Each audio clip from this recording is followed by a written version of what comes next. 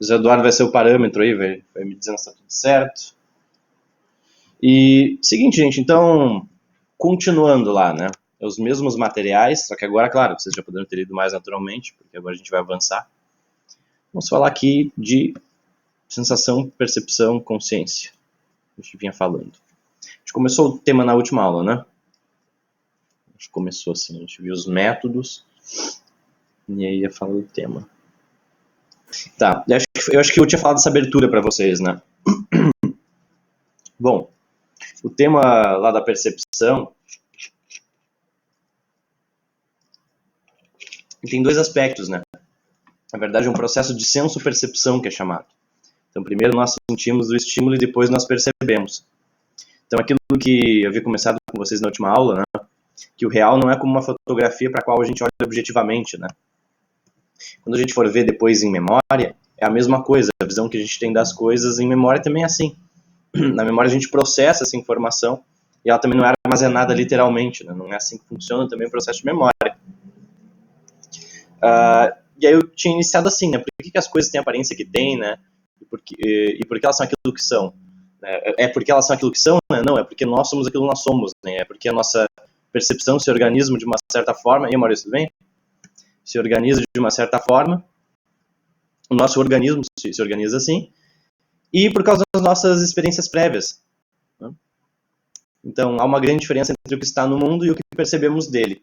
Isso daqui eu havia falado também na última aula, que a questão do que está no mundo vira o tópico da física, né? Ou das ciências naturais, também em muitos casos. Se for da biologia, também seria mais ou menos isso, em termos de organismo, né? E agora o que a gente percebe dele geralmente cai como um tema da psicologia, né? Então são dois campos de interesse com distinções, né? Eu havia dado exemplo na última aula, acho que vocês devem lembrar, né? Que estavam aqui, deixa eu pegar aqui o lapisinho. Tinha falado das pessoas cegas, lembra? A gente começou falando disso, né? No início da aula. Então, quando uma pessoa, por exemplo, nunca enxergou, ou teve pouquíssima experiência visual e ela recupera a visão com uma cirurgia ou algo assim, o que se percebe é mais ou menos isso, né? A pessoa tem um problema de organização da percepção. Então, tem um filme, depois eu vou passar para vocês, é assim, né? Eles mostram pro sujeito lá que é baseado no caso real, né? Uma maçã de verdade, vamos colocar assim, e depois eles colocam uma maçã num livro, assim, o neurologista mostra pro cara, né? Ele pergunta qual que é a maçã, né? Vocês vão ver que o sujeito que recupera a visão, ele não consegue definir, ele precisa tocar, né? Sentir a textura do livro e coisa e tal, e aí sim ele define se aquilo é uma maçã de verdade ou não, né? Então só olhando ele não consegue, então muito do que parece ser puramente maturacional, que é o nosso organismo se desenvolvendo e desenvolvendo os nossos órgãos dos sentidos, não é tão simples assim. Existe uma interação entre esses processos maturacionais, que é do corpo, com os processos de desenvolvimento. Tá? Então, nesse caso aqui, é o processo de desenvolvimento da atenção, da organização perceptual, a forma como a gente enxerga a profundidade para dizer que algo é tridimensional, né? Isso tudo envolve, em algum nível, experiência, isso é bem claro. A gente tem esses casos de pessoas que não tinham experiência visual, tá? Então, de certo modo, nós aprendemos a enxergar. Tá? E como, sabe, ver as coisas o sujeito consegue ver, né? Com a cirurgia que foi feita, mas ele não enxerga as coisas necessariamente, ele não consegue entendê-las como a gente entende. E para ter esse entendimento é necessário interação com os objetos, experiência no mundo. Então, esse é um ponto importante, né? Com os órgãos intactos, ele recebe, ele tem essa questão da estimulação visual, né? Mas isso não garante para ele uma percepção visual igual à nossa, né? Então já há uma distinção, já o sujeito tem, agora ele tem os sentidos, né? A sensação dele passaria a ser normal. Vamos lá, isso que eu tinha falado no último aula, só lembrando. Beleza. Isso daqui eu estava falando para vocês também, ainda no exemplo dos cegos, né? Mesma coisa que eu estava falando, né? Então, por exemplo, a pessoa consegue ver as pessoas se deslocando na frente dela. De imediato, aquilo não necessariamente são pessoas, né? A pessoa vê borrões ali, né? Às vezes pode se assustar, né? Porque só tinha o entendimento das pessoas de ouvido, pelo toque. E quando vê, aparece uma coisa muito na frente, assim, é uma experiência muito estranha, né? E é desorganizada essa percepção. Então o sujeito tem que ir juntando esses elementos e montando uma imagem. Não, isso aqui é um indivíduo, isso aqui... Por exemplo, quando eu vejo algo se aproximando, a luz se reduz, né? O que acontece? Não, tem um sujeito e ele é diferente do móvel que está atrás dele, porque tem um armário do lado dele. Daqui a pouco mais o sujeito está se aproximando de mim, eu não sei mais o que é o armário, o que é o sujeito, sabe? Porque para mim ainda não é uma coisa muito clara. Essas experiências vão sendo aprendidas no desenvolvimento. A gente vai distinguindo as pessoas de objetos, uma pessoa de outra, e assim por diante. Quando a gente falar lá da análise do comportamento, que vai ficar sempre segunda agora, a gente vai chegar uma hora que a gente vai ver sobre formação de conceitos. Talvez eu fale aqui nessa disciplina também de novo, ou de novo na outra, né? Porque é uma coisa importante. Na formação de conceitos também é assim, né? Nós temos que aprender o que significam certas coisas no mundo, né? As coisas não são dadas, como parece. Isso aqui acontece também, algumas pessoas que recuperam a visão, né? Se o sujeito está no topo de um prédio e ele olha para baixo, ele pode não ter uma noção de que o que está lá embaixo, entendeu? Para ele olhar algo de cima para baixo, talvez ele não tenha o mesmo senso de distância que a gente tem, entendeu? Então ele vai precisar treinar isso com o tempo para perceber a profundidade, né? Que na verdade ele está acima de um prédio, se ele pular ele morre, né? Então nós vamos aprendendo a identificar sutilezas no ambiente para aprender a calcular as distâncias dos objetos, da gente, esse tipo de coisa. Então, se eu olho um objeto, o objeto está ficando mais borrado, na percepção, não, ele está mais distante, entendeu? Nós temos pistas visuais de que o objeto está distante, tá? E a gente vai aprendendo através também da motricidade. Tá? A percepção depende também da motricidade, mesmo a visual. Então, por exemplo, a pessoa cega, como é que ela aprende a evitar árvores, né? Sei lá, o cara está andando, obviamente ele bateu na árvore, algumas vezes se machucou, né? No futuro ele começa a contabilizar os passos dele ou uma percepção de tempo, de chegar até aquela mesma árvore que está na frente da casa dele, por exemplo, né? E o sujeito vai lá e pode contar 10 passos. Então ele vai aprender as distâncias a partir de 10 passos. Ele não vai calcular a distância como a gente calcula, né? Se ele recuperar a visão, vai haver uma informação incongruente, né? Obviamente ele aprendeu a calcular em passos e não olhando para a árvore. Isso gera uma confusão, tá? Uma situação de confusão muito grande. Então o sujeito vai ter que se deslocar de olho aberto, daí quando ele bater ele vai aprender, não, tem algo na árvore que vai mudando, eu me aproximo, parece que o verde dela está mais forte, sabe? O cara vai tendo alterações, ele vai identificando essas alterações sensoriais e vai aprendendo a perceber o objeto de forma diferente, né? Então, obviamente, essa pessoa vai conseguir perceber algumas coisas, né, com alguma precisão, porque ele ainda tem informação do uso dos outros sentidos, do tato, da audição. Então, as crianças estão perto do sujeito, mas as crianças no parquinho, depende da audição, entendeu? Eu vou me aproximando, não, elas estão ficando perto, né? Mas se ele só olhar de cara, ele vai ter uma confusão, né? Ele vai ter que vai ocorrer o processo de associação, né? Ele ouve as crianças, né? E aí ele vai se aproximando delas aos poucos e vai vendo que elas aumentam. Conforme elas aumentam, o som vai ficando mais alto. Ocorre uma associação do som com o tamanho da imagem. E aí ele vai aprendendo, não, a imagem está aumentando, está ficando maior, significa que elas estão mais perto. Isso é algo que é aprendido. A relação entre distância e tamanho é algo que é aprendido na nossa vida, né? Nem tudo é dado. Certo? Tranquilo aí, gente? José, tá tudo tranquilo? Representa a sala? Vamos lá. Bom, essa aqui é uma distinção importante, tá? Questões... Tipo questão de prova, assim. Isso aqui, obviamente, é uma coisa que sempre é necessário saber. Claro, alguns materiais definem diferente. Eu peguei uma definição num livro-texto tradicional, né? Então, assim, o processo de senso-percepção tem o que seria mais ou menos 2 etapas, tá? Nós temos a sensação. Então, a sensação, ela é o processo de coleta de informações sobre o ambiente. Acho até que eu havia tocado nesse assunto na última aula, tá? Então, o que acontece? A gente já havia falado de estímulos lá na outra disciplina também, né? Então, acontece. Os estímulos estão no ambiente e a gente falou lá naquela introdução sobre fisiologia, né? Então, os meus olhos têm receptores para ondas eletromagnéticas, para essas variações de onda eletromagnética, captando esses sinais do ambiente.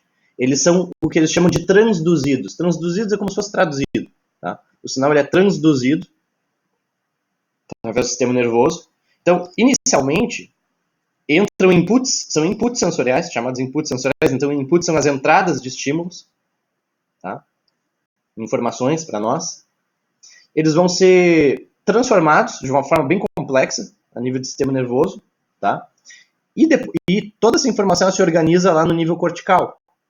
No caso da visão, a visão ela é processada predominantemente na região da nuca. Na verdade, nós não estamos vendo o mundo com os nossos olhos, exatamente. Né? Se a gente pegar uma definição mais de localização, é como se nós estivéssemos enxergando com a nossa nuca. É a nossa nuca que enxerga a realidade, entendeu? Porque é lá que a informação ela é predominantemente processada. Ela passa por uma série de vias até ir essas regiões centrais de processamento no córtex. Então, a região aqui de trás da cabeça é o lobo occipital, né? De tal modo que se eu sofresse uma lesão, um acidente, né, entra um caco de vidro nessa região, eu poderia perder a visão tendo os olhos intactos, entende? Perder a capacidade de enxergar, porque os centros de processamento são destruídos. Então isso é muito importante. A sensação em si, para nós, é o quê? Ela é a entrada das informações. Então, por exemplo, se pegar eu, o José Eduardo ali, a Regiane, o Jonathan, o Devanir, Ana Clara, uma série de pessoas, Heloísa, o que acontece? Entram os estímulos, os inputs sensoriais, e eles estimulam a periferia do nosso corpo. Tá? Esses estímulos que entram em todas as pessoas aí que eu citei, eles vão ser essencialmente iguais às sensações. A sensação física, ela vai ser muito parecida, porque nós temos organismos muito semelhantes. Então a sensação, ela apresentaria menor variabilidade, né? Porque ela depende dos nossos órgãos dos sentidos, a menos que alguém tivesse aqui uma grande alteração, né? Mas não é o caso. Só que o que acontece? Embora a sensação seja a mesma, nós percebemos as coisas de forma diferente. Tá? Esse é o segundo ponto. A câmera ligada, quarto áudio, vocês querem que eu desligue a câmera? Vamos fazer um teste. Não é você. Eu que acho que é a internet, então. Ah. Liga a câmera, fica ruim, fica dando corte no áudio. Tenta sair e entrar de novo, Maurício. Talvez te resolva. Tá. De qualquer forma, pelo menos a aula está sendo gravada. Tá, vamos continuar então. Então, a sensação é isso. Entram os estímulos, os inputs sensoriais, são importantes conceitos, e eles produzem uma reação, digamos assim, a nível mais periférico do nosso corpo. Tá? A percepção é o segundo processo. Na percepção, o quê? Esse processo inicial, esses inputs que entram e produzem uma sensação, eles são captados, vão sendo elaborados e vão para as regiões centrais de processamento dessas informações. Tá? Então, na percepção, a definição é de processo de organização e interpretação destes dados sensoriais brutos. Esses dados sensoriais brutos ainda são a sensação na periferia do nosso corpo. Tá? Então, eles possibilitam a consciência do meio ambiente e de nós. Então, essa é uma definição aqui já importante. Tá? Então, sensação, primeira etapa, percepção, logo em seguida. Uma depende da outra. Tá? Então, essencial disso aqui, né? A percepção envolve a interpretação dos dados e a sensação não. Até coloquei uma frase que tem no livro, né? A percepção é o ponto onde a cognição e a realidade se encontram. O processo de percepção é isso daqui, em essência. O ponto onde o pensamento e o concreto, o mundo material, que nós não temos como saber muito sobre ele pelo sentido, senão dessa forma que a gente já conhece, né? De resto, são formulações teóricas sobre o mundo. E assim, falando de sensação e percepção como a nível de exemplo, então, vamos supor que eu estou em casa lá dormindo, tá? Eu tô aqui em casa dormindo e, sei lá, ouço um barulho como se fosse já o quebrando, um vaso quebrando, um objeto. Eu acordo, aí eu posso ficar apavorado. Gente, não sei o que está acontecendo sem a internet, a pessoa está reclamando que os slides estão demorando a aparecer. O slide que eu coloquei agora é de sensação e percepção. Aí tem escrito um primeiro grupo choque elétrico, segundo grupo choque elétrico seguido de $5. Não sei se é nesse que vocês estão. Pode ser uma internet, não sei. Mas enfim. E aí eu ouço, então eu tô lá dormindo e ouço o barulho de alguma coisa quebrando e tal, como se fosse uma batida em madeira também. O que acontece? Eu posso achar... Beatriz, não sei, Beatriz, pode ser conexão aqui. Mas continuando. Eu posso achar que é um ladrão invadindo minha casa. Tá? Essa é a minha interpretação inicial. Então é assim que eu percebo aquele conjunto de dados. Então, uma batida, som numa pancada, em essência, ele produz um mesmo efeito sensorial em todos nós, né? Vamos pegar assim, sujeitos organicamente normais, assim. Então, só que acontece, uma vez que esses dados específicos são processados no meu sistema nervoso central, tá? Em decorrência, em grande parte, de uma história de aprendizagem, com o qual eu me relaciono com esses estímulos que me são apresentados, eu vou dar uma ou outra leitura para essa ocorrência. Tá? Então, sei lá, o som de uma pancada, se a pessoa estiver num bairro perigoso, a pessoa pode achar que é um tiro. Dependendo de onde a pessoa está, numa casa muito segura, não. Na verdade, esse som aí foi a pessoa imagina já o vaso caindo no chão e quebrando. Não é nada, pode continuar dormindo. Então, esse é o processo de percepção que envolve essa organização e output do estímulo. Então, se nós tínhamos o input lá no sensorial, na percepção nós temos o output, né, a resposta em relação a esses estímulos brutos sensoriais. Certo? Um outro exemplo que está nesse slide, que eu não sei se todos estão vendo, aparentemente, mas aqui eu explico. É um estudo que certa vez eu vi sobre percepção e condicionamento operante, né? Eles davam para os participantes uma espécie de questionário onde eles tinham que relatar níveis de dor, as pessoas de 0 a 100.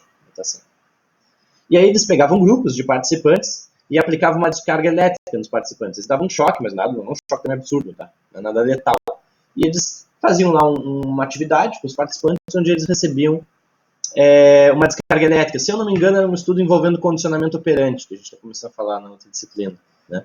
Onde os participantes executavam algumas atividades, algo assim. Mas o importante aqui, não é me frisar nesses detalhes, e sim no ponto ali mais importante que eles encontram, né? Eles davam lá o choque elétrico para 2 grupos e os grupos relatavam lá um nível de dor determinado. Então, no primeiro grupo, onde eles recebiam só um choque elétrico, eles relatavam, por exemplo, uma dor, vamos supor, de 70, nível 70, até 100. E aí, num outro grupo, o que eles faziam? Eles davam o choque elétrico, tá? Só que logo depois de dar o choque elétrico, eles davam para o participante $5. Entendeu? Então, o participante recebia a descarga elétrica e recebia $5 logo em seguida. Tá? Um procedimento de associação, a gente viu lá em aprendizagem associativa, né? O que acontece? Esses participantes, eles recebiam exatamente a mesma descarga elétrica, no mesmo nível. Porém, a percepção de dor deles na escala era menor. Então, vamos supor que de 70% eles diziam que era 40%. Entendeu? Mais ou menos assim, ó, você toma a mesma descarga elétrica e vem $5 depois, não, doeu menos. Tá? A descarga já tinha sido recebida. Então, esse é o ponto que envolve os aspectos de percepção, os aspectos inclusive de ressignificação dos eventos, a partir de uma série de fatores. Tá? Isso aqui é interessante, gente, porque dor é uma coisa muito complexa, tá? A nível de mecanismo. Você sabe mais sobre base sensorial, por motivos óbvios, mas essa questão perceptual é bem mais complexa. Então, se sabe, por exemplo, sei lá, pessoas em situação de guerra, lá, estão lutando uma batalha. O sujeito perdeu a batalha, o cara segue seguindo dor. Quando vence a batalha, nossa, o cara está lá sem o braço comemorando que venceram, né? Pelo significado que adquire o contexto, né? Então, claro que existe uma mediação biológica e química, né? Em situações, entre aspas, positivas, como essa, aumenta os níveis de endorfina, ajuda a bloquear a dor. Tá?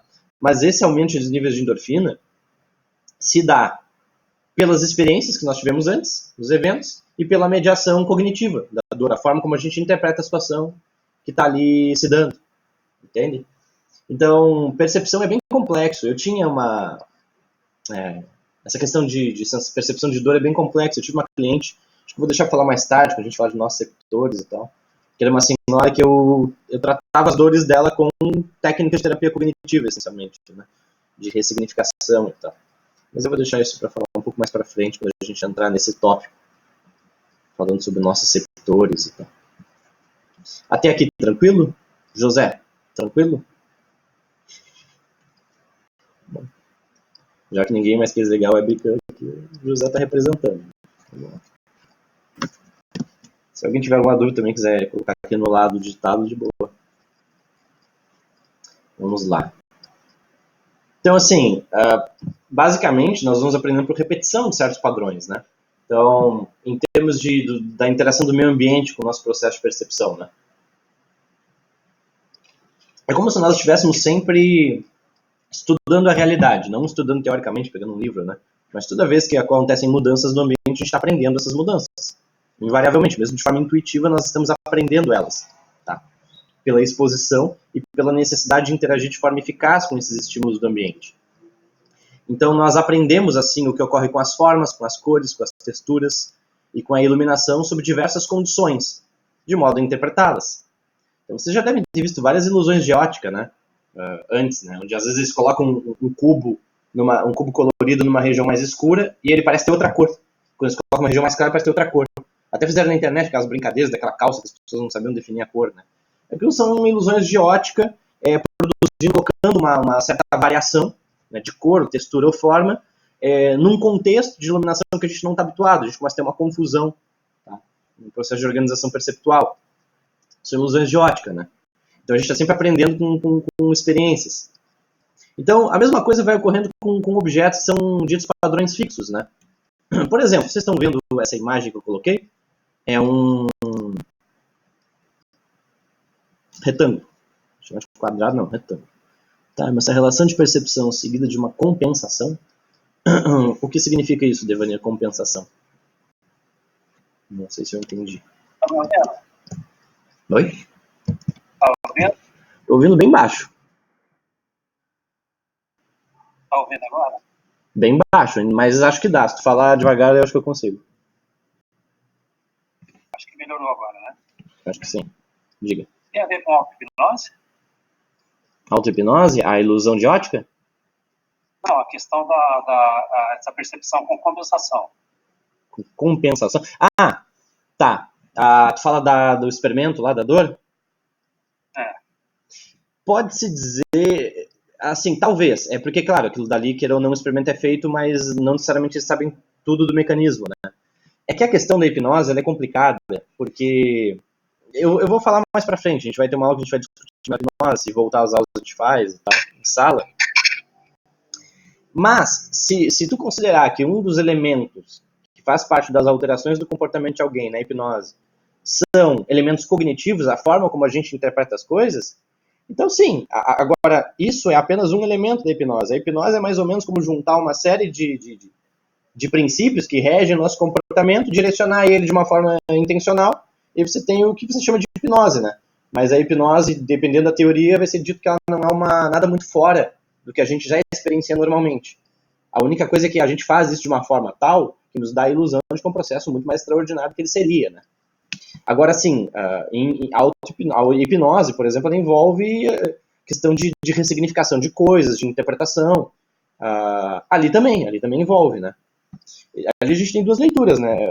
Qual que é a causa, né? A causa foi o fato de eu ter colocado os $5 lá depois do choque, ou foi a alteração da percepção? No behaviorismo, a leitura é que a causa é os $5, né? Uma vez que eu coloco os $5, eu tenho uma alteração no comportamento. Os cognitivistas tendem a olhar mais para a percepção. Até por isso que eu estou falando mais disso, né? Porque essa parte do conteúdo é mais produzida por estudos de psicólogos cognitivos, que focam mais nas estruturas do pensamento e tal. Mas é só essa vaga conexão, Devanir, porque... Mas agora, se eu for dizer que envolve hipnose, é porque tem uma alteração cognitiva, a gente vai ter que dizer então qualquer comportamento é hipnose. Porque nesse exato momento vocês estão interpretando as coisas diferentes. Às vezes vocês vão sair dessa aula transformados, né? Pô, eu não vou enxergar mais uma coisa como eu enxergava, talvez eu altere o entendimento de certos objetos. Então a gente está sempre alterando a leitura das coisas, né? E a gente não diz estou hipnotizado agora, né? Então, nesse sentido, não, né? Nesse sentido, já não seria. Agora, talvez tu tenha querido dizer o seguinte, uma pessoa pode alterar brutalmente a percepção de dor na hipnose? Tecnicamente, sim, eu já fiz uns experimentos com os alunos já, umas brincadeiras, geralmente a gente faz com algum. Então, aparentemente, sim. Existe uma porcentagem de pessoas que chegam a fazer extração dentária sob hipnose e não demonstram dor, tá? A nível comportamental, pelo menos. Mais tarde a gente pode fazer isso, né? Tipo assim, ó, sei lá, alguém tá me espetando uma faca aqui na barriga, aqui embaixo. A questão é a seguinte, estou sob hipnose, me foi dada a instrução de não ter a percepção da dor da faca. A questão é a seguinte, será que eu sinto a dor e não percebo? Entendeu? Esse é um ponto. A sensação da dor, ela continua existindo e aí eu paro de perceber ela? Será que eu percebo a dor a nível cognitivo, mas eu não manifesto ela no nível comportamental? Tipo assim, é como se eu estivesse atuando, entendeu? Talvez eu esteja fingindo que não estou sentindo a dor da faca. Essa é uma questão teórica complexa, porque não dá para dar uma resposta clara para essa questão, porque basicamente eventos que são subjetivos, como a dor, por exemplo, que a gente só consegue ter uma noção dela com base no relato da pessoa, eles são sempre mais difíceis de se fazer estudo sobre. Existem algumas coisas sobre hipnose que dão alguns parâmetros que sim, ela ajuda, de certo modo, aparentemente, na percepção de dor, mas isso é aferido do comportamento, né? A pessoa diz, não, estou relatando menos dor, hipnotizada. Ela está sentindo menos dor, de fato? Ou ela está relatando que está sentindo menos dor? Entende? Esse é um problema experimental, um problema de pesquisa. Então, eu não tenho que te dar uma resposta exata para isso, porque é um foco de debate, de andar. Mas, sim, na hipnose é possível produzir uma alteração de percepção. Acredito que tenha respondido. Respondido, Evanir? Dá um joinha ou um não joinha? Ok, obrigado. Deu certo? Era isso mesmo? Isso mesmo. Tá bom. Então, assim, essa questão da hipnose vai ficar mais clara quando a gente falar sobre lá adiante, tá? Assim, então, estava falando aqui, nós temos um retângulo, aqui embaixo, que eu grifei. Só que é o seguinte, vamos supor que eu sou aquele cego lá que recuperou a visão. Eu olho para esse objeto aqui. Quando eu mostro esse segundo aqui, esse outro retângulo aqui, da direita, para vocês estão vendo na direita de vocês, vocês olham para ele e dizem, não, isso é um retângulo. Vocês olham para ele e pensam, é o mesmo objeto. Mas vejam, esse objeto não está num ângulo diferente. A nível sensorial, né, nós estamos recebendo essa informação diferente, né? Ele poderia ser visto de forma transversal, em outros ângulos, esse objeto. Eu poderia ver em outros ângulos, né? E ainda assim eu olho e faço toda a compensação usando a minha memória, né? Então eu já vi na minha vida, na minha história, eu já vi vários retângulos. E eu já vi objetos retangulares de vários ângulos diferentes. Então eu já olhei, por exemplo, para uma caixa retangular e eu me movimentei ao redor dela. Então, sei lá, minha mãe tem uma caixinha de música retangular. Quando eu vou caminhando, eu olho para a caixinha, eu vejo ela mudar de perspectiva. O que acontece? Isso me dá a informação, com o tempo vai se produzindo uma organização perceptual, onde eu digo o seguinte, não, esse objeto ele é retangular, mesmo que eu veja ele uma angulação um pouco diferente. Agora vamos supor, né, que você pega e tem uma dificuldade na percepção, ou recupera a visão, você olha o objeto está numa angulação muito diferente, você pode não reconhecer que é o mesmo objeto, entendeu? Você vai ter que interagir com o objeto em diferentes posições. Se vocês derem para um bebê, já entra até num tópico de psicologia de desenvolvimento, não sei se vocês estão tendo isso agora, talvez até estejam. Estão, José? Psicologia de desenvolvimento, já estão tendo? Tá, então talvez vocês vejam isso, né? A fase do Piaget, sensório-motora, vocês já viram essa fase? Oi? Repete, cortou aqui, você perguntou? Vocês já viram, vocês estão tendo psicologia de desenvolvimento? Estão? É cognitivo e motor, deve ser cognitivo e motor. Sim. Então o que acontece? Vocês já viram lá a fase período sensório-motor de Jean Piaget? Ou não? Não, ainda não deu. Então, por exemplo... Só citou teoria, mas ela disse que vai aprofundar depois. Então, por exemplo, no Piaget, o Piaget vai dizer que as crianças de 0 a 2 anos tendem a aprender o mundo mais pela sensorialidade. Então, se vocês derem, por exemplo, um celular na mão do bebê, o que ele vai fazer? Ele vai agarrar, ele vai tatear o objeto e ele vai enfiar o objeto na boca. O bebê não tem muita possibilidade de deslocamento, ele não pode sair por ali e experimentar o objeto de diferentes formas. Ele não tem uma maturação biológica para isso. Mas a criança aprende o objeto, ela aprende o celular, não vai entender o celular como a gente. Isso aqui serve para comunicação. Quando eu olho para esse objeto, me dá certas reações que me lembram das conversas que eu tive logo antes, né? Ou eu olho para o celular e lembro, nossa, estou atrasado para a aula, porque o celular é um relógio. Né? Entendeu? Essas coisas não vão vir na cabeça da criança, né? Mas a criança olha para o objeto, ela está aprendendo o objeto. Então, para ele, pode virar um objeto de sugar, vai ter uma outra função. Então, até mesmo a função do objeto não é universal, não é dada. Isso aqui é um celular, é um celular para todo mundo. Se eu der isso aqui para um indígena, talvez ele use isso aqui como uma machadinha, sei lá o que ele vai fazer com isso aqui. Né? Então, isso aqui não tem uma função universal dada no objeto. Tá? Isso aqui é dada pela interação e pela repetição. A gente vai criando uma ilusão de constância perceptual. Então, isso aqui já entra na constância perceptual, que a gente chama. Então, quando eu olho esse retângulo em diferentes movimentações, eu viro ele de lado, isso aqui também é um retângulo. Eu viro ele aqui, ó. Por que esse objeto é o mesmo? Eu olho ele assim e está diferente. Ó. E se eu fizer assim, ele não está diferente? Tá. A gente olha e a gente tem a constância perceptual. Ó. Não, continua sendo o mesmo celular, continua sendo o meu celular, continua sendo o meu celular. Agora, se eu mostro isso aqui para um bebê assim, e num outro momento eu mostro assim, opa, não, talvez ele já olhe outro objeto. Ele vai ter que interagir com o objeto e virar o objeto e ver que o objeto permanece o mesmo. Para o tato, permanece o mesmo, mas para a visão ele muda. O que significa a fusão dessas duas informações? Constância. É o mesmo objeto, modificando a visualização. Tá? Então, a mesma coisa, deixa eu ver se eu coloquei ali no outro slide. Acho que ainda nem está no outro slide, mas deve ser adiante. A mesma coisa vai ser a constância, vai ser com os rostos humanos. Se eu olhar uma pessoa de frente, é um rosto. Se eu olhar a pessoa de perfil, é outro rosto. Então a gente deve estar lembrando, nossa, eu vou tirar foto só de perfil que eu fico bem em foto. Todo mundo tem uma angulação boa de foto, já percebeu? Aí o cara vai tirar foto, todo mundo faz pose, assim, um faz assim, você tenta... Os Power Rangers, né, fazer aquelas posições Power Rangers. Todo mundo tenta uma posição. E o fato é o seguinte, né, as pessoas mudam a posição, se eu ver o José de perfil, né, numa fotografia, se eu ver ele de frente, não, é a mesma pessoa, né? Mas isso não necessariamente está assim desde sempre, né? A gente tem que ver essa informação com o tempo e percebendo que os sons que ele emite são os mesmos, as coisas que eles passam são as mesmas, então continua sendo o José, né? Visto sob diferentes ângulos, tá? É um processo que se dá com essa repetição. É a mesma coisa, tá? No caso do losango. Então a gente vai intuitivamente percebendo algumas coisas no losango. O losango ele tem características padrões, ele tem 4 cantos. Né? Ele pode até virando, mas eu consigo detectar 4 cantos. Então, existem certos indícios que são confiáveis para a gente identificar o objeto. Aqui são as falhas perceptuais, entre aspas, né? Entre aspas, são as ilusões de ótica, né? Nós não estamos acostumados a observar as coisas com certos padrões, e quando a gente vê, dá esse efeito que a gente conhece. Também ter visto o cachorro.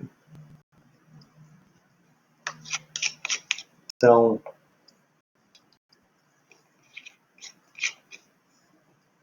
como funciona?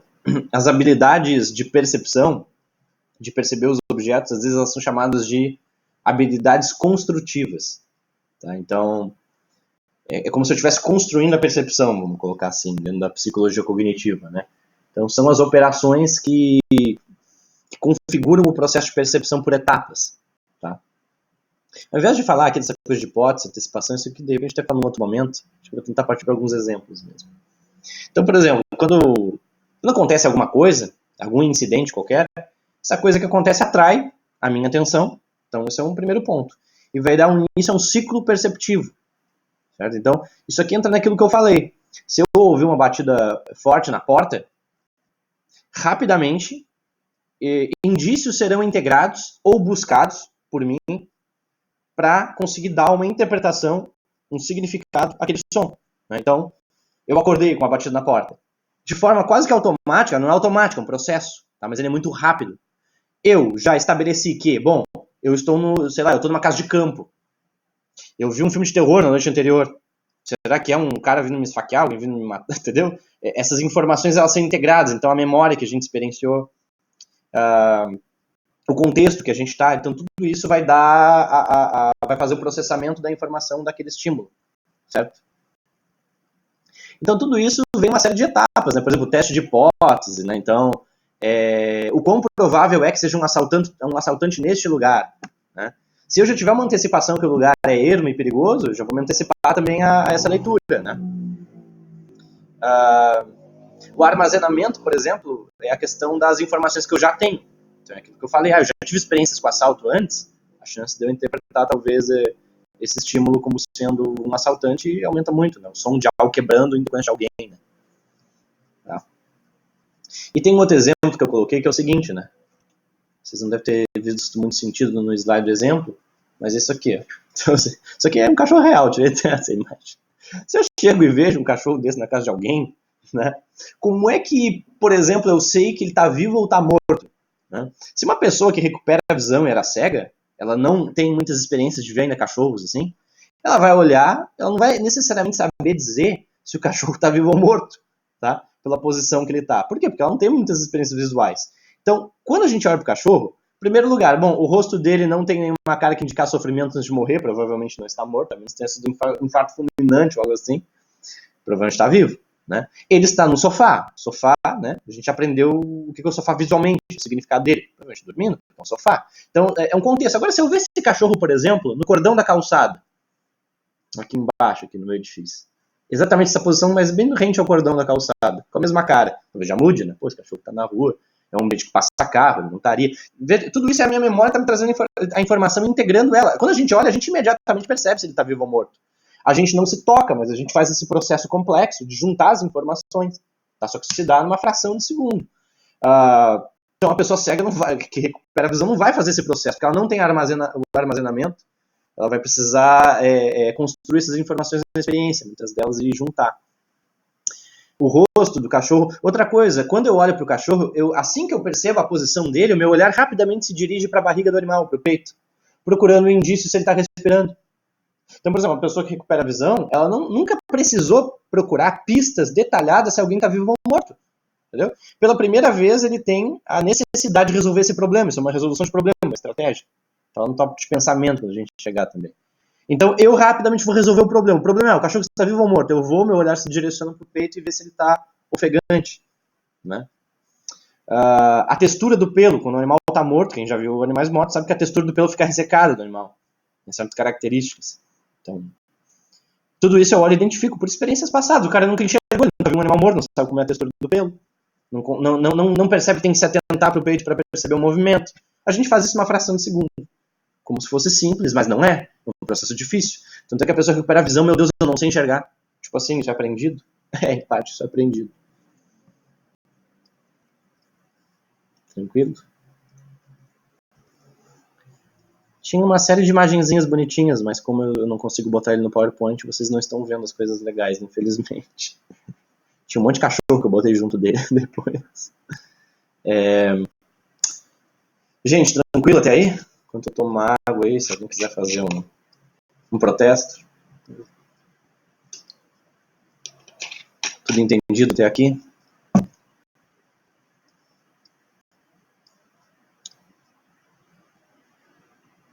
Um exemplo com outro sentido? Poderia. Às vezes isso acontece. A depender do contexto de interação, etc. Sei lá, o sujeito tá numa festa, a menina vem e toca no braço dele. Está interessado no meu corpo. Não é, José? Sei lá. Né? Dependendo do contexto. Aí, na verdade, ela diz, não, só estava te pedindo uma informação de onde está o banheiro. O próprio toque, né? A sensação é a mesma, né? Mas se a menina estiver numa festa contigo, depois de ter tomado duas, e estiver na rua, numa parada de ônibus, tu vai ter uma interpretação diferente. A pessoa me toca no braço numa parada de ônibus, a pessoa deve querer saber onde é que é uma parada. Talvez me venha uma pergunta dessa, né? Se eu estiver num outro ambiente, a pessoa me dá o mesmo toque, do mesmo movimento, com a mesma coisa, vem um diferente processo de memória que dá origem às diferentes, aquele processo lá de hipótese, do que significa aquilo, etc. Isso tudo vem numa fração de segundo, geralmente. Né? Não sei se serve. Mas muitas fontes de estímulo, né? Isso daqui, agora, das limitações fisiológicas na sensopercepção. Nós, obviamente, só conseguimos perceber o que o nosso corpo pode detectar. Então, a base sensorial é fundamental. Se o meu corpo não sente o estímulo, então lembrem, sensação, base sensorial. Se o meu corpo não sente o estímulo, não posso percebê-lo. Então, a sensação, a integridade dos sistemas orgânicos, ela é fundamental.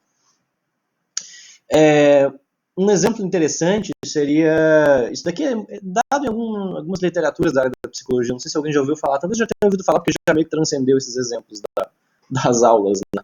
É o caso dos esquimós, né? Existem povos que têm um conjunto de palavras muito maior para se referir a uma série de fenômenos no mundo. Então, tem certas culturas que têm diferentes palavras para falar de amor. Então, pequenas variações de amor.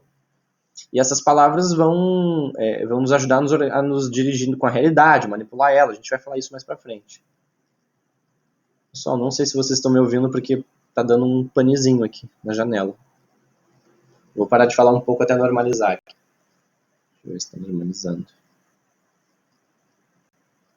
Se deu uma congelada ali, não sei se é a internet ou o quê.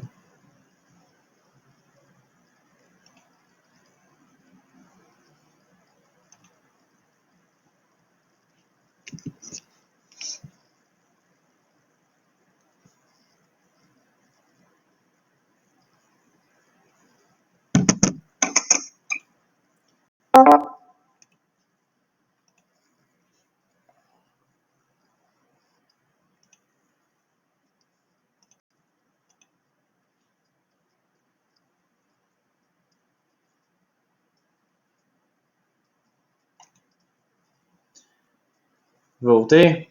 Estão me ouvindo? Estão me escutando aí?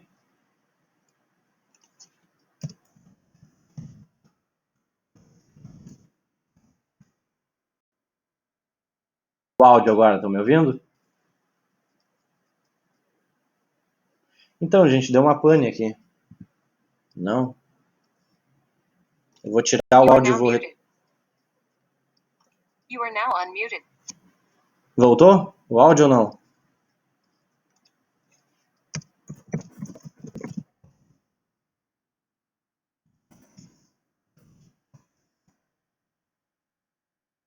Ah, e ouvindo? Vocês estão me ouvindo também?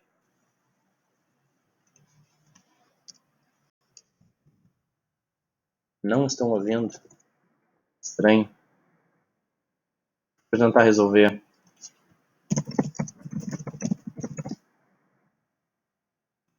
You are now muted.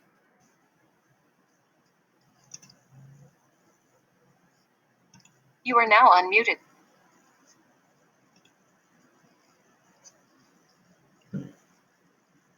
Estão me ouvindo ou ainda não?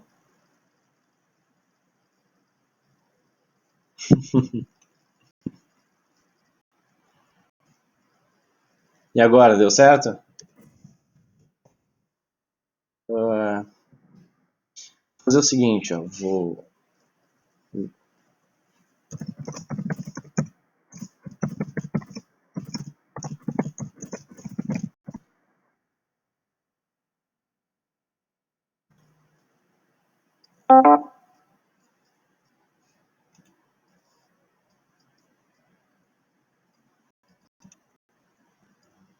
Agora vai.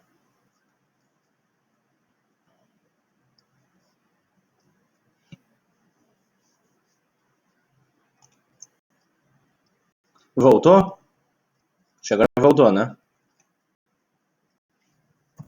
Beleza, voltou então. Eu acho que, não sei, acho que foi uma queda da internet aqui, gente, alguma instabilidade. Travou tudo. Vamos continuar. Bom, você já deve ter ouvido o exemplo dos esquimós, né? Então, existem certos grupos que conseguem detectar algumas variações de cor, por exemplo, diferentes. Então, no caso dos esquimós, os esquimós eles têm um número muito grande de palavras para definir a neve. Então, por exemplo, eles têm palavras para definir a neve que eles percebem como tendo uma coloração que indica a neve mais fofa, por exemplo. Porque essa neve pode ser que quando ele está caminhando ele afunde. Isso é perigoso para a vida dele. Pode ser que ele perceba em certas neves uma variação de textura quando ele olha para ela, e essa variação de textura pode dar a entender para ele que tem um desfiladeiro sob a neve só está encobrindo um buraco, alguma coisa assim, de algum animal selvagem, sabe? Então ele vai ter cuidado em ir naquilo ali. Quando ele quer se comunicar com alguém, ele vai usar essa palavra, ó, cuidado com a neve X, né? Ele vai usar uma palavra lá para aquela neve. Por que isso acontece, né? Porque os esquimós eles têm necessidade, é funcional, eles precisam identificar as variações das tonalidades das neves. Então, uma neve que está mais próxima ou mais distante, ele percebe a diferença de luz incidindo sobre ela melhor. Então, as tonalidades de branco são mais refinadas na questão da discriminação. Ele consegue discriminar, diferenciar melhor essas variações. Agora, a questão é a seguinte. Os esquimós, eles sentem a neve como a gente. É a mesma coisa, eles sentem a cor, no caso, as variações de tonalidade ali, mais escuro, mais branco, né? Ou está levemente amarelado, até dependendo do tipo de neve, a sujeira que ela tem. Ela é igual, para nós sentimos os estímulos iguais, o que muda é a percepção deles.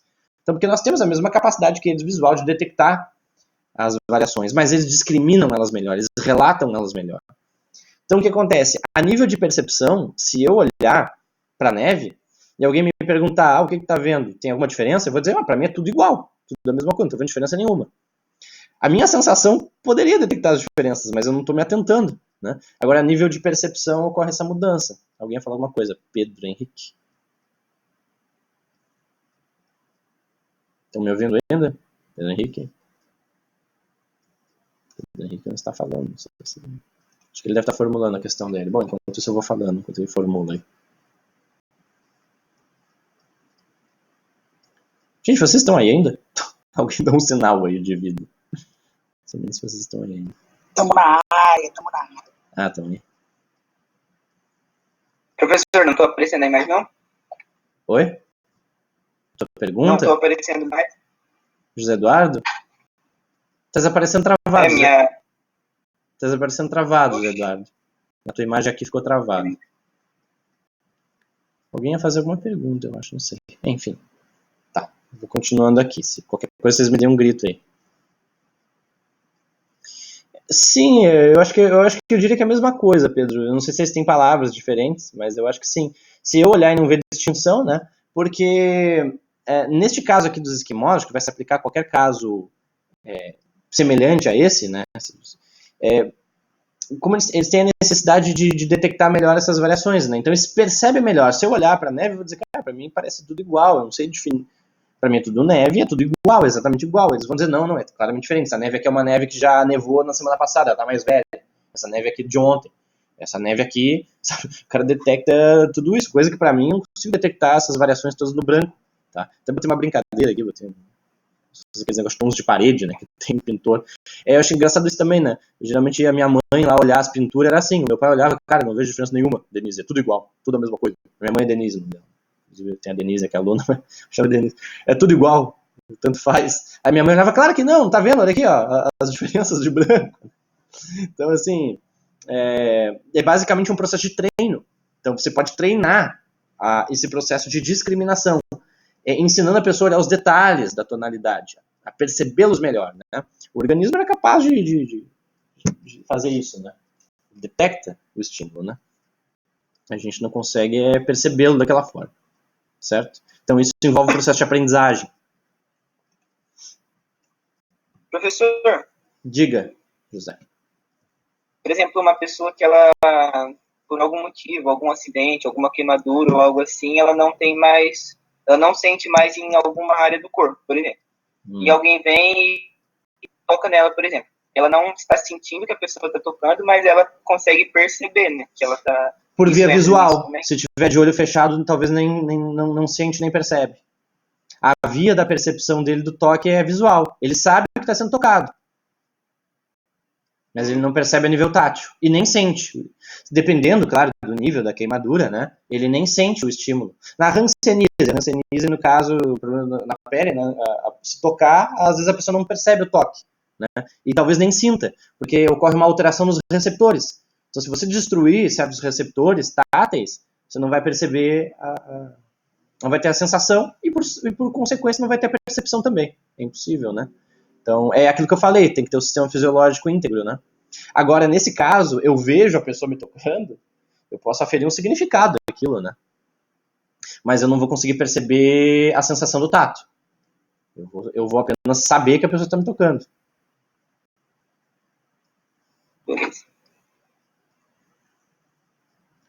Tem umas brincadeiras com isso que eu poderia fazer, mas aqui é muito ruim. Eu teria que fazer pessoalmente com vocês algumas coisas envolvendo percepção, uma brincadeirinha de sala, alguma coisa. Aqui não dá muito certo.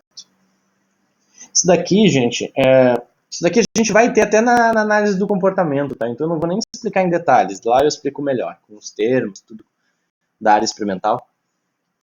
Nós temos um treino, nós vamos aprendendo a diferenciar os objetos, tá? Então aqui é a mesma coisa. Se eu der para um bebê, por exemplo, uma bola na mão da criança, a criança vai tatear a bola, né? Com o tempo ela vai aprendendo o formato do objeto, e ele não escapa mais da mão. Quando eu dou um objeto na mão da criança, às vezes ela deixa escapar. Quando eu boto de novo, a criança já vai se moldando o objeto às mãos, né? E aí a criança já sabe segurar a bola e já sabe, inclusive, chamar a bola de bola. Aí eu vou lá para a criança e mostro para ela uma bola, por exemplo, de futebol americano. Vocês estão vendo ali? Bola de futebol americano, os meus slides. A criança olha para o objeto, às vezes ela não chama mais aquele objeto de bola. Ela olha, o que é isso? Isso não é uma bola. Porque bola para criança é um objeto, vamos supor que esse aqui, ó. Foi o primeiro que eu passei para ela e eu ensinei. Quando eu mostro esse objeto aqui, ó, não chamo de bola. Eu vou ter que ensinar para a criança que isso aqui também é uma bola. Inclusive, a criança não sabe segurar isso aqui. Quando eu coloco esse objeto aqui na mão da criança, a criança pode deixar escapar. Por quê? Porque ela tenta segurar ele assim, como ela segurava uma bola redonda. Agora ela vai lá e escapa, não consegue. A criança tem que se moldar o objeto. Então, esse é um processo de interação contínua, que nos permite diferenciar os objetos uns dos outros e o significado deles. Se eu mostrar para a criança aqui uma bola uma bola 8 aqui, né, vai acontecer a generalização? Lembra da generalização que a gente falou antes? Experimental? É possível que sim, é possível que não, teria que fazer o teste. É muito comum vocês verem crianças muito pequenas fazer isso daqui que esse bebê está fazendo, que é um exemplo que eu coloquei. Né? O bebê, por exemplo, tem um cachorro em casa, e o bebê aprendeu a nomear cachorro. Os pais ensinaram a criança. Quando a criança vê um gato pela primeira vez, é comum, por exemplo, que algumas crianças olhem e digam: "Ó, mãe, um cachorro. Ó, cachorro. Cão, sei lá." Não consegue falar uma coisa muito complexa. Por quê? Lembra a generalização? Ó? O gato tem 4 patas, tem orelhas, é peludo, tem um rabo, um cachorro. Né? Botei até um bigode aqui no gato.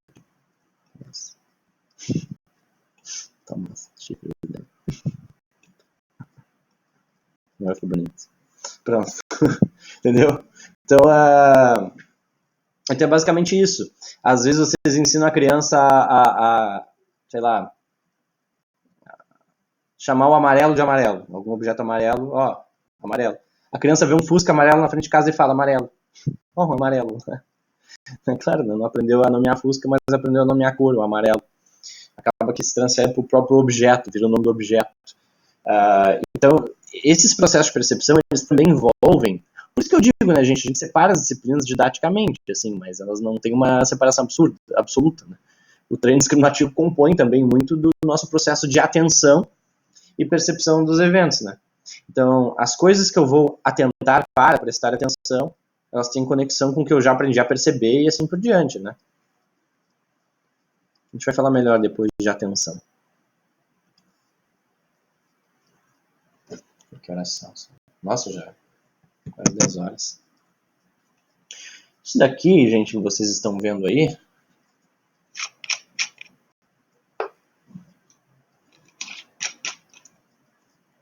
isso daqui é o seguinte, isso daqui é um experimento que envolve a atenção do pombo. A gente está ainda começando a falar lá de reforço positivo na psicologia experimental, né? E o reforçador, só para vocês conseguirem entender isso daqui, a consequência reforçadora ela vai fortalecendo o nosso comportamento, tá? Então, por exemplo, se eu pressiono um interruptor de luz e acendo a luz acende quando eu pressiono o interruptor, o meu comportamento está sendo reforçado pelo aumento, pela iluminação ambiente, que aconteceu logo depois dele. Então, se eu venho aqui num ambiente escuro e eu não consigo entrar aqui, eu vou lá, pressiono o interruptor, a luz acende. Se a luz parar de acender, vai chegar uma hora que eu vou parar de pressionar o interruptor. Tá? O processo de reforço é esse processo. É a consequência do meu comportamento. Então eu pressiono o interruptor, vem a luz.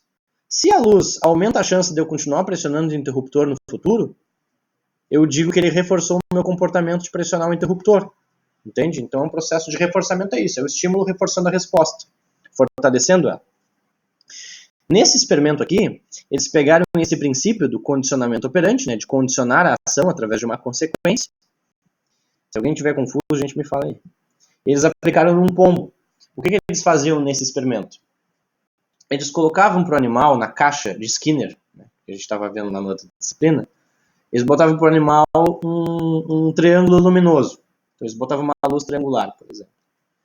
E aí, eles ensinavam ao animal que essa luz aqui, ela significava alimento. Então, se o animal pressionasse um disco, né, como se fosse uma barrinha lá do rato, pressionasse um disco, quando ele visse essa luz aqui, exato, essa luz que vocês estão vendo aí, triangular, o animal recebia alimento. Então, ele tinha que bicar o disco quando tivesse essa luz lá acesa. Se ele bicasse o disco sem luz acesa, ele não receberia o alimento. O animal ia aprendendo a diferenciar a luz. Não, a luz é importante. A luz é diferente da não luz. Porque a luz significa que o alimento virá se eu bicar, e a não luz significa que o alimento não virá se eu bicar. Então, a luz é um estímulo importante para o animal. Só que o que foi feito? Eles pegaram uma série de pombos e fizeram esse processo. Vamos pegar que foram 20 pombos, tá? Só a título de exemplo. E fizeram esse processo lá com os 20 pombos de condicionamento, onde eles ensinavam que a luz representava o alimento. O animal, se bicasse, receberia o alimento.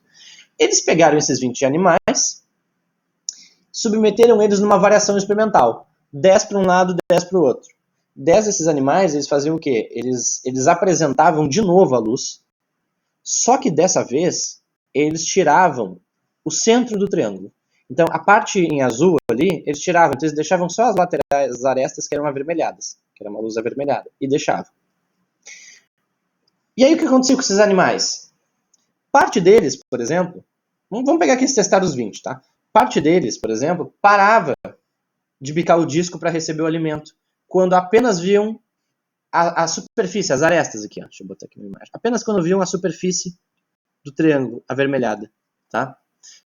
Outros iam ver a parte do fundo, azulada. Então, aqueles que viam só a parte avermelhada, os experimentadores tiravam a parte do fundo azulada.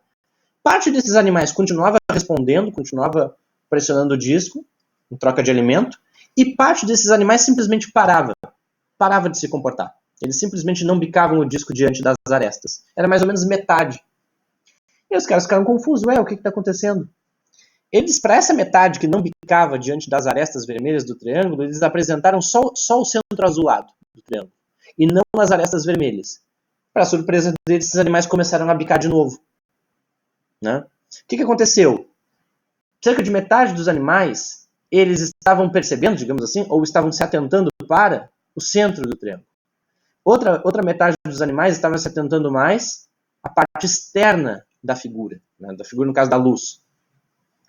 O que acontece? Na hora de fazer o processo de treinamento do animal diante desse estímulo luminoso composto, porque ele é um estímulo vermelho e um azul no centro, alguns desses animais estavam mais prestando atenção, coincidentemente, na hora que o cara foi lá liberar comida para o animal, que ele pressionava a barra, o disco, coincidentemente, quando foi liberado o alimento, o animal estava prestando atenção nas arestas.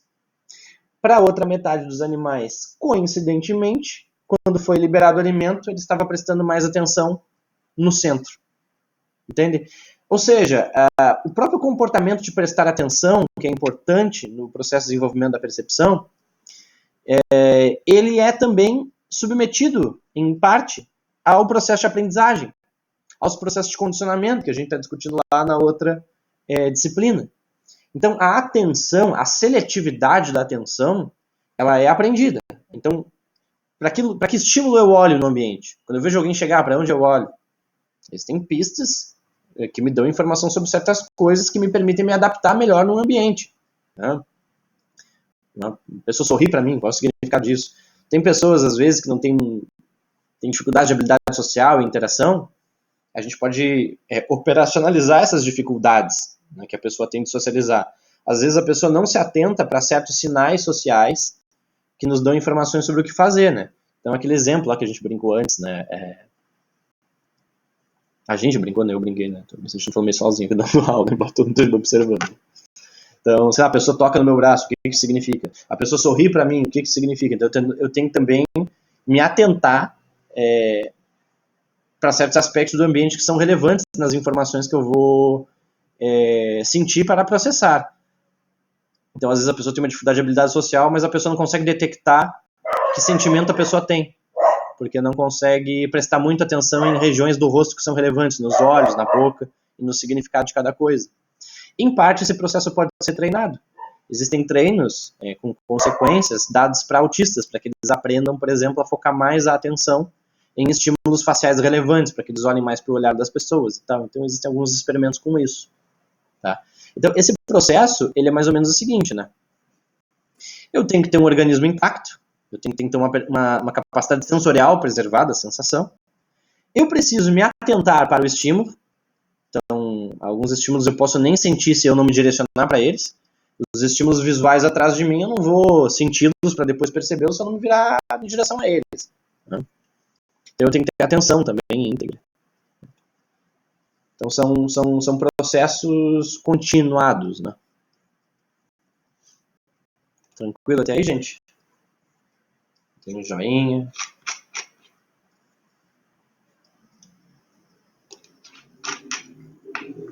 Ah, tá. Esse slide aqui está escrito errado. Eu botei um slide de atenção e está escrito assim: a atenção é um aspecto indissociável da atenção, tá? Isso aqui está errado. A atenção é um aspecto indissociável da percepção, tá, gente?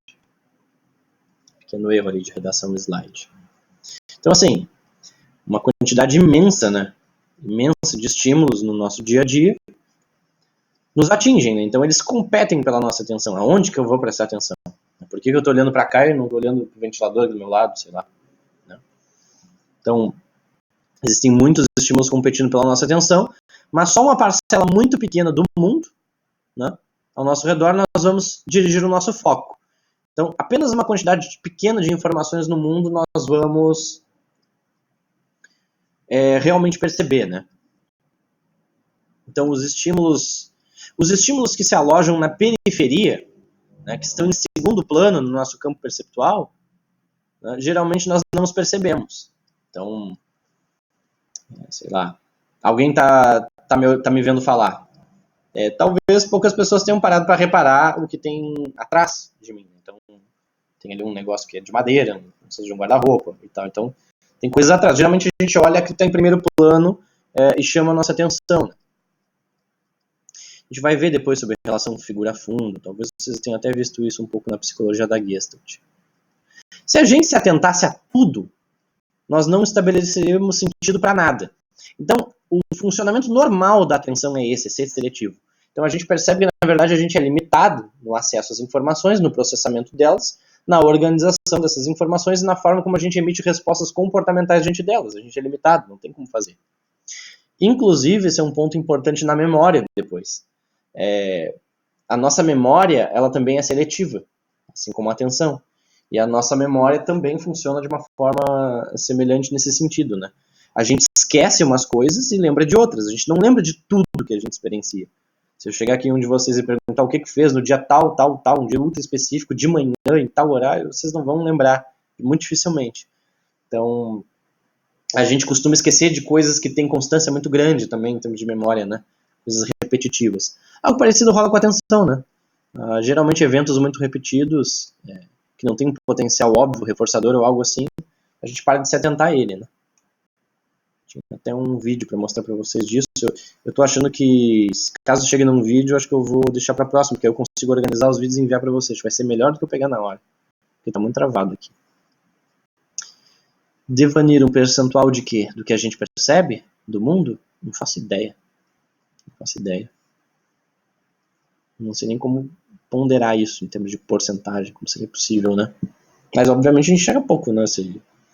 Na sala de aula, eu não sei o que está acontecendo com todo mundo, mesmo que esteja no meu campo de visão, eu tenho que focar atenção em uma ou duas pessoas no que elas estão fazendo, né? É muito pouca informação do todo. Mas é necessário que seja assim, né? Oi? Tá. É sobre aquilo que você consegue perceber. Não dá para ser tudo. Não dá, mas tem alguma, assim, uma base do percentual?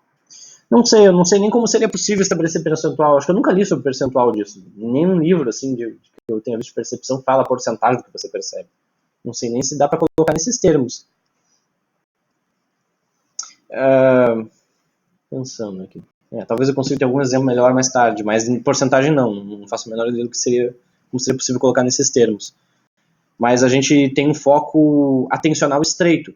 Aquilo que é consciente para nós é uma parte muito pequena das coisas, né, do mundo. Então, a nossa consciência também, a gente tem consciência de poucas coisas que estão acontecendo, a gente vai falar melhor disso depois.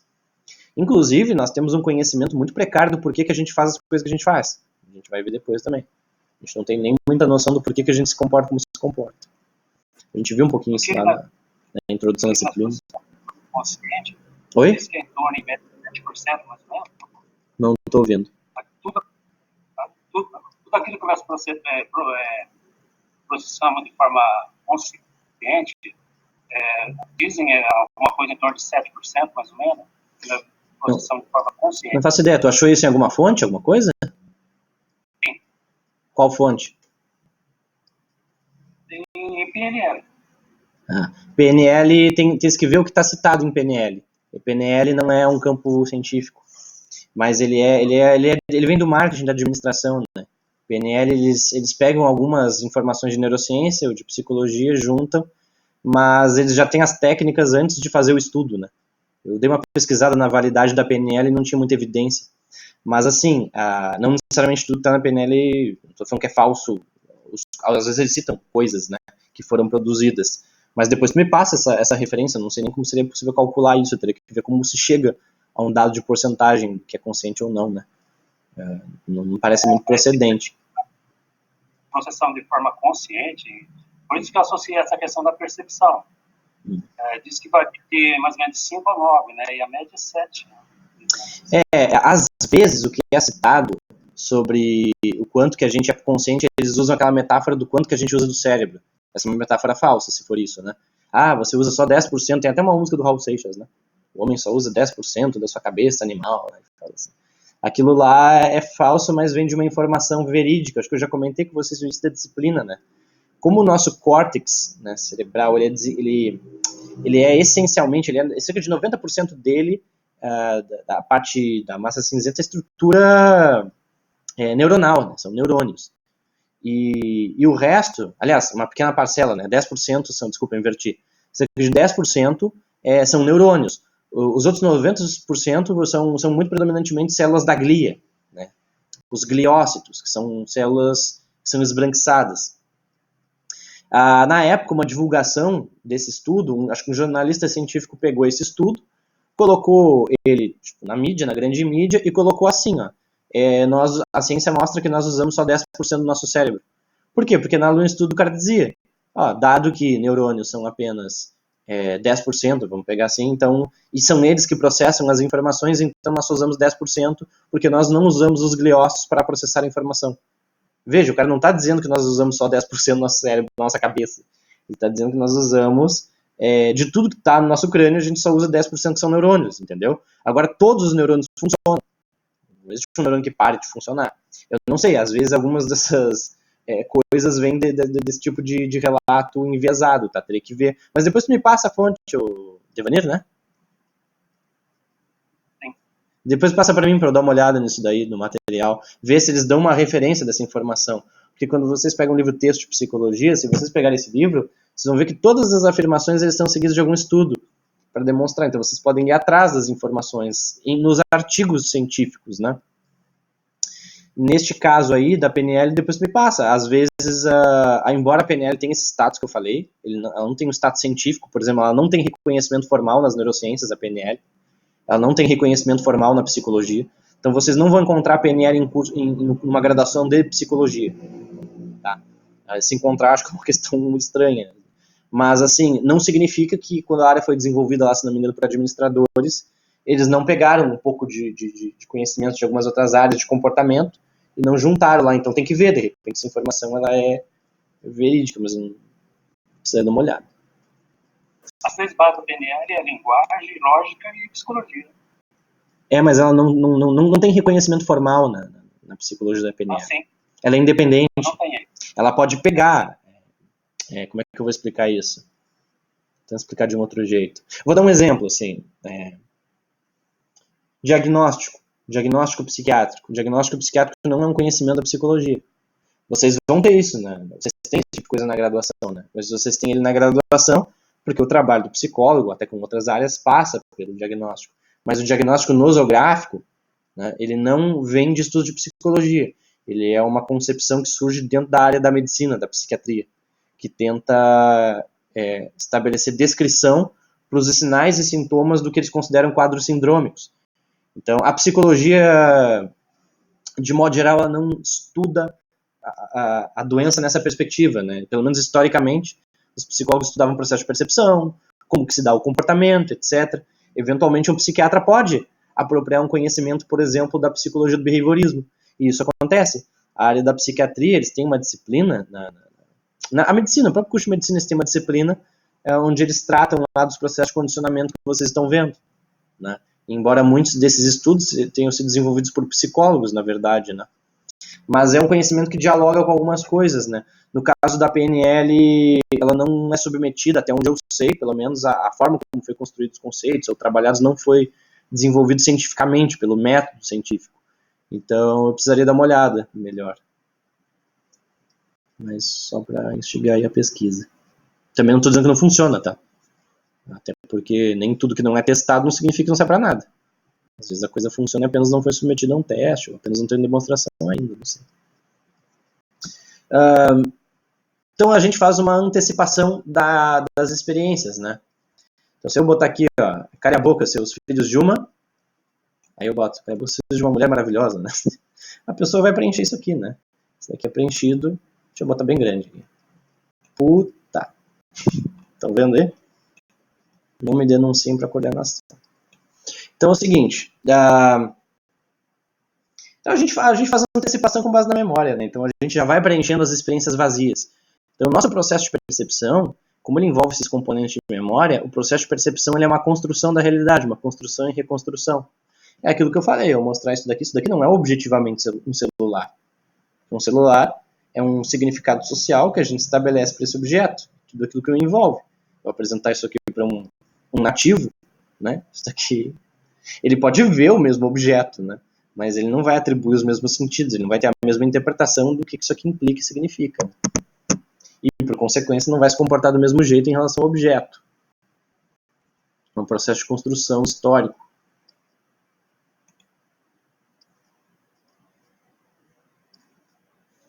Eu acho que vou parar por aqui, porque aí depois na próxima eu posso selecionar os vídeos, tá? Porque aqui eu ia mostrar uns vídeos para vocês, mas aqui vai ficar complicado. Pode ser, gente? Acho que eu vou tirar esses instantes finais. Eu vou dar um print, porque senão vai começar a imagem e se eu procurar aqui, eu tô achando que vai travar. Eu vou fazer o seguinte, eu vou pesquisar esses vídeos e na próxima eu já vou lançando os links no bloquinho de nota para vocês verem. Seria bom outro jeito de mostrar esses vídeos, né? Eu tô pensando que se tem um jeito em tempo real. Não sei, eu vou ver se de repente tem um mecanismo aqui depois. Beatriz Tiger, vou mandar os slides no grupo, sim. Beatriz é o meu lembrete oficial dos slides, gente. Vocês não sabem, mas tranquilo. Tá bom, gente, acho que por hoje é isto. Botem aí uma mãozinha aí quem veio. Se bem que no outro eu lancei só presença, mas esse aqui eu tenho que ver qual que vai ser a instrução da coordenação, o que eu vou fazer em relação à presença nesse bimestre. Se vai liberar, se não vai. Não, disputa ter duas mãos. Né? De boa. Essa aqui é a parte introdutória. Quem não terminou de ler lá o material, porque ele é longo, aquele capítulo, vocês leiam ele bem. Essa parte é bem importante, gente. Eu não sei como vai funcionar depois. É importante que vocês se liguem bem. Porque caso eu volte depois aos presenciais e tal, a tendência é fazer umas provas... Eu vou dar também trabalho. É que eu vou ter que rever. Como não voltou às aulas, eu vou refazer a avaliação e mando. Depois eu explico para vocês, numa das próximas, direitinho as avaliações, como eu pretendo fazer. Mas se voltar depois aos presenciais, pelo menos uma atividade vai ser de marcar, né? Uma prova objetiva. Tem conhecimentos dessas áreas aqui que são... Não tem muito que discutir, ou é ou não é. Então, eu dou uma das atividades que eu dou, ela é toda de marcável, é objetivo. Então é importante que vocês estudem bem esse material aqui. Beleza? Isso aí, gente. Acho que eu vou desligar aqui. Deixa eu ver se quem tiver alguma dúvida, eu vou ficar um pouquinho aqui enquanto eu só salvo os arquivos aqui para poder comprovar a aula.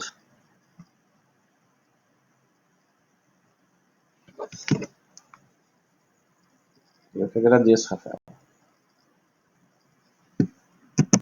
Ô, prof. Diga. Essa apostila, esse material que você mandou para a gente ler, dessa aula, que era para ler até as primeiras páginas, né? Era para ler. Agora ele é para ler completo esse. Né? Agora eu já até passei disso, agora eu já passei. Eu tinha dito isso na outra, né? Aí vocês ganham uma semana para continuar lendo um pouco mais, né? Sim. Então eu não acabei não lendo. Então é só para saber. Não, tranquilo, ainda tá nas partes, ainda vai ter muita coisa ainda desse assunto.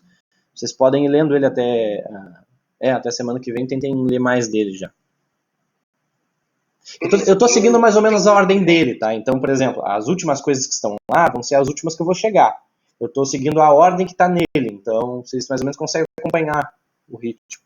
Caso quem não conseguir ler tudo, porque tem muita outra leitura, conseguindo ler até um certo ponto, vocês já vão se guiar, até metade. A parte, gente, da percepção visual, vocês vão se assustar lá com as páginas que tratam da visão, tá? Eu não vou entrar naquele nível de detalhamento do sentido da visão, porque ele trata de muitos aspectos fisiológicos, tá? E anatômicos. Eu vou deixar essa parte, até para não ficar tão repetitiva, mais para a professora de aulas que vocês têm depois de fisiologia, coisa assim, porque elas estão mais vinculadas, ou neurofisiologia e tal. Porque aí ela trata um pouco mais desse aspecto. Eu vou tratar mais os aspectos da psicologia da coisa, né? Dos estudos da psicologia cognitiva. Algumas coisas biológicas eu vou falar porque não tem como não falar. Então, falar de receptor, falar, por exemplo, do nervo óptico, quando eu falar do olho, vai ter algumas coisas, mas não se assustem se vocês não entenderem tudo que está lá, tá? Apenas não vou cobrar tudo que está lá. O que eu vou cobrar de vocês depois vai ser o que eu dou nos slides ou falo em sala, nunca nada além disso, né? Então, os tópicos que eu achei lá desnecessários pro intuito da disciplina, eu não boto nos slides. Às vezes eu falo por curiosidade, mas não boto nos slides. Coisas muito de fisiologia, detalhe, que não diz respeito muito a PPB, eu também deixo de fora e pego só o geral, tá? Só para não se assustarem lá, principalmente com o trecho de percepção. A maior parte do capítulo trata da percepção visual. Esse trecho ele tá mais complicado lá. Os outros são mais acessíveis à leitura. Fechou? Próxima aula.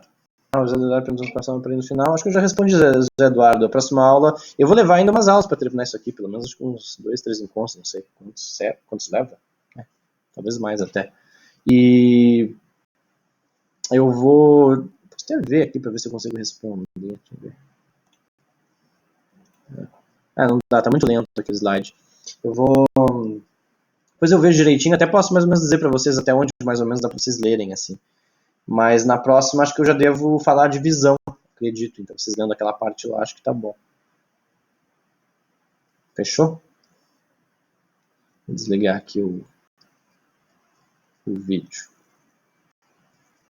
Se não tiver alguma questão, eu estou em áudio aqui mais uns instantes.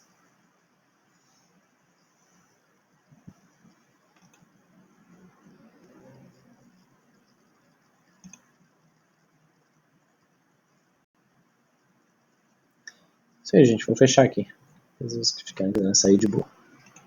You are now muted.